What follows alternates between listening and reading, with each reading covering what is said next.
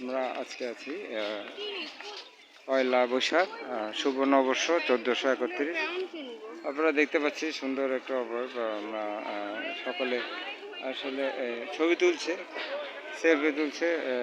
আমাদের একতারা এবং ঢোল, এই আমাদের বাঙালি সংস্কৃতি, আমরা সেটি দেখতে পাচ্ছি এবং সেই সংস্কৃতিকে ভালোবেসে সকলে আছে।